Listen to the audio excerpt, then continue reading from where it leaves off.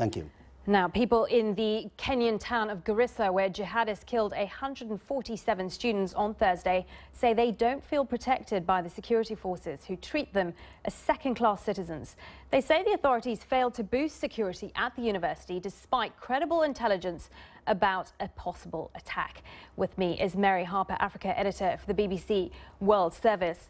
Let me start by asking you, Mary, I mean, the issue that keeps coming up in the last 24 hours or so is that there was plenty of warning about the attack, that an attack was imminent.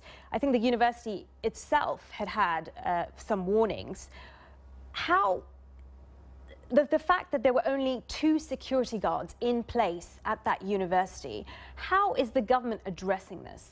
The Kenyan president said some hours after the attack, he acknowledged that there was a problem with security in Kenya, that it had inadequate security forces. And it is astonishing that they had this intelligence. There were even warnings posted in Garissa University about a possible attack.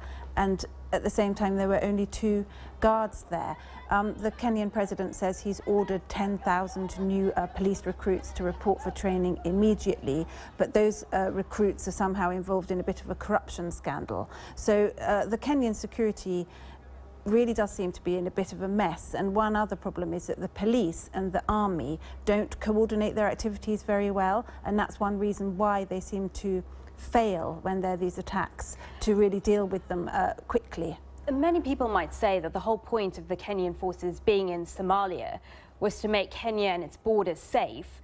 That's obviously not happening. I wonder if there will come a point where the government will say enough is enough, let's move out of Somalia. Yes, because the Kenyan troops, when they went into Somalia, the whole idea was that they were going to stop the attacks on Kenyan soil by Shabaab. But in fact, this has just led to more and more vicious and frequent attacks. There's quite a lot of calls on social media and in the conventional media for Kenyan troops to get out of Somalia.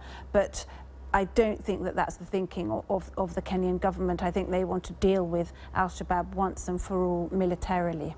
Do you think part of the problem, part of the reason why we're seeing this sort of growth in power of Shabaab in the region is perhaps the way the security has been handling the Shabaab threat? I mean, I've heard reports of blanket targeting of Muslims by security forces, IDs not being given to Muslims unless they can demonstrate that, you know, they've been in the country for 3 generations. Do you think that might be part of the problem, that this is fueling the Shabaab? Absolutely. One big problem in Kenya is that you have a big ethnic Somali population that is Kenyan, and you also have a big Muslim population. Both of those groups are being increasingly targeted by the security forces, blamed for violent incidents, almost like en masse labelled as radicals and violent people. And this seems to have backfired tremendously, because if you see Shabaab propaganda videos, if you even hear some of the students there talking about those Shabaab fighters that were killing them, were speaking to them in the local language. They seem to have come from Kenya rather than Somalia. So it's like the security forces are almost, their behaviour is actually leading to an increase in Shabaab activity in Kenya rather than a reduction.